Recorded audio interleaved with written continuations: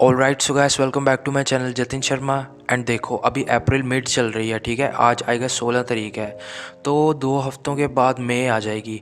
And आपके goals अभी तक कंप्लीट क्यों नहीं हुए? क्योंकि ऑलरेडी 4.5 मंथ बीत चुके हैं, लेकिन आप लोग वहीं पे स्टक हो। एंड यहाँ पर आप इस साल की स्टार्टिंग से नहीं स्टक, आपको यहाँ पर स्टक हुए मेरे को जितना लगता है आपको 5 6 7 साल हो चुके हैं। आप हर साल सोचते हो कि मैं ये करूँगा, मैं वो करूँगा, ठीक है। लेकिन आप बस सोच के, और जैसे ही फेब की शुरुआत होती है तो आपका मोराल डाउन हो जाता है और आप उस काम को कर नहीं पाते। अब उसका रीज़न देखो क्या है। उसका रीज़न ये है कि आप सबसे ईजीएस्ट टास्क करते हो। वो टास्क क्या है कि आप अपने गोल्स को लिख लेते हो या सोच लेते हो कि जैसे मैं पतला हूँ तो मेरे को मस्कुलर होना है, मैं मोटा हूँ तो मेरे को पतला होना है, ठीक है। मेरे पास पैसे नहीं है तो मुझे पैसे कमाने हैं, या मुझे ये वाली कार चाहिए, ये वाली बाइक चाहिए, या फिर मेरे को इंडिया से बाहर जाना है, यहाँ पर पढ़ना है, यहाँ एडमिशन लेनी है, वगैरह वगैरह। तो आप क्या करते हो, सबसे ईजिएस्ट टास्क को पकड़ते हो, आप गोल्स लिख लेते हो, लेकिन आपको कोई डायरेक्शन नहीं पता होती कि मेरे को किस डायरेक्शन में जाना है, क्या क्या काम करने हैं जिससे मेरे ये गोल्स पूरे हो जाएं। और देखो, मोर देन 90% लोग ऐसे होते हैं, उनको नहीं पता कि उनको क्या करना है लाइफ में। वो सिर्फ अपने गोल्स को बना लेते हैं।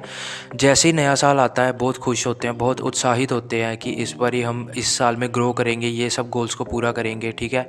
जैसे ही फैब आती है उनका मोराल नीचे गिर जाता है। अब देखो, आपके साथ भी अगर ऐसा हो रहा है तो इसमें किसी और की प्रॉब्लम नहीं है, इसमें प्रॉब्लम आप खुद ही हो। और इस प्रॉब्लम को ठीक कैसे करना है वो भी मैं समझाता हूँ। देखो, जो सबसे बड़ी प्रॉब्लम होती है ना अपने गोल्स को पूरा ना कर पाने की, वो होती है प्रोक्रास्टिनेशन। अब लोग क्या करते हैं, उनको पता होता है कि इस टाइम पे ये काम इंपॉर्टेंट है, हमको इस टाइम पर ये काम नहीं करना चाहिए, लेकिन किसी भी वजह से, चाहे वो डर है उस चीज़ को खोने का, या चाहे कोई बात आपको अपसेट कर रही है, आप लोग उस काम को प्रोक्रास्टिनेट कर देते हो और फालतू के काम पर अपना टाइम दे देते हो। अब ऐसे में क्या होता है कि वो जो फालतू का काम है वो तो आपका पूरा हो जाता है, लेकिन जो आपका मेन गोल था वो पूरा नहीं हुआ। एंड आप इस चीज़ को ध्यान से सोचना एक बार, जो आपका फालतू का काम था आपने उस पर टाइम दिया, ठीक है, वो काम पूरा हो गया या वो बात आपने कर ली, लेकिन जो आपका मेन गोल होना था, जो आपका मेन गोल था जिस पर आपको काम करना था, आपने उस पर काम नहीं किया, तो ऑटोमेटिकली वो काम आपका नहीं हुआ, तो आपका गोल वहीं पे स्टक रह गया। प्रॉब्लम सिर्फ इस बात से आती है कि लोग सोचते हैं कि ये काम को हम कल करेंगे, या फिर ये काम को हम परसों करेंगे, या ये काम को हम 4 तारीख को करेंगे और इसी मंथ को करेंगे, ठीक है। लेकिन अगर आपको कहीं पर सक्सेस चाहिए तो उसका कोई टाइम नहीं होता। अगर आपको रात को आइडिया आ रहा है तो रात को उठकर ये काम को कर दो, दिन में सो जाना। अगर आपको दिन में आइडिया आ रहा है तो रात को सो जाना। लेकिन ऐसा मत करो कि आपको टाइम के हिसाब से ही काम को करना है। टाइम के हिसाब से सिर्फ आप एक चीज़ कर सकते हो, वो है कि आपने सोना कब है, आपने उठना कब है, और इसको आप एक अच्छा टाइम लिमिट सेट कर लेना कि मेरे को 8 घंटे सोना है और 10 बजे से लेकर सुबह 6 बजे तक उठना है। उसके बाद जब आप पूरे दिन में उठे हुए हो तो आपका ध्यान आपके गोल पे होना चाहिए। तब नहीं आपने देखना कि 9 बजे मेरे ऑफिस की टाइम है या फिर 1 बजे है मेरी टाइमिंग, तो मैं इसी टाइम पर कर सकता हूँ। नहीं, आपको जब टाइम मिलता है, जब आपके पास रिसोर्स है, उसी टाइम पर उस काम को कर लो। मैं चाहता तो मैं अपने नीचे वाले रूम में अच्छी वीडियो बना सकता था, लेकिन मेरे पास अभी फ्री टाइम है, मैं ऊपर बैठा था तो रैंडमली मैंने यहीं पर ये वीडियो शूट कर ली। मेरे को नहीं केयर करता कि मैं बैकग्राउंड क्या आ रही है, क्योंकि मेरा मेन मकसद है कि मैं अपनी बात आप तक पहुंचाऊं। तो अब मैं आपको एक स्टोरी बताता हूँ। देखो, एक लड़का और एक लड़की है, लाइक वो दोनों एक दूसरे को पसंद करते हैं, उन दोनों को पता भी है। एंड वो क्या करते हैं कि वो रात रात तक बात करते हैं, 3 3 4 4 घंटे तक। लाइक 9 बजे शुरू होंगे तो 12 बजे तक बात की, या फिर रात का 1 बज गया, बात ही करते रहे, ठीक है। लड़के को पता है कि उसको जॉब लेनी ज़रूरी है।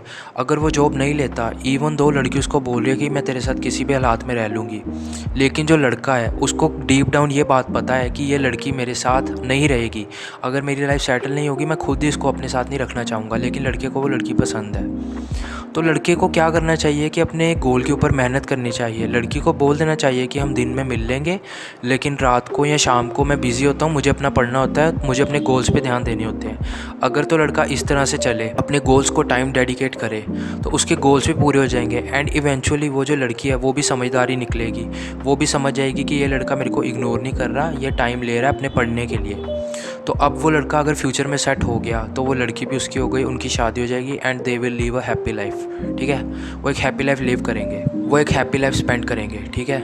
लेकिन प्रॉब्लम क्या आती है कि वो जो लड़का है, अभी तो उसको खुशी मिल रही है बात करने पे, लड़की को भी ऑफ कोर्स मिल रही है, दोनों को लाइक इमोशनल अटैचमेंट हो रही है एक दूसरे के साथ। लेकिन बाई चांस मान लो 4 5 साल बाद वो लड़की किसी वजह से लड़के को छोड़ जाती है, या कुछ भी हो जाता है, लड़के की जॉब नहीं लगती, उस लड़की के घर वाले उसकी शादी करवा देते हैं किसी और के साथ, तो चलो लड़की तो दुखी होगी, लेकिन जो इधर लड़का है इसने अपने गोल्स पे ध्यान नहीं दिया।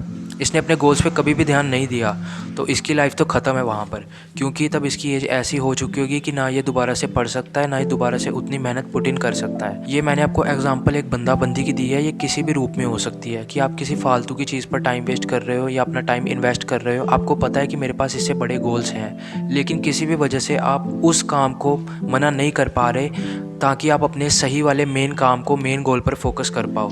देखो, ये स्टेप तो आपको लेना ही पड़ेगा। अगर आप आज नहीं लोगे तो आपको कल लेना पड़ेगा।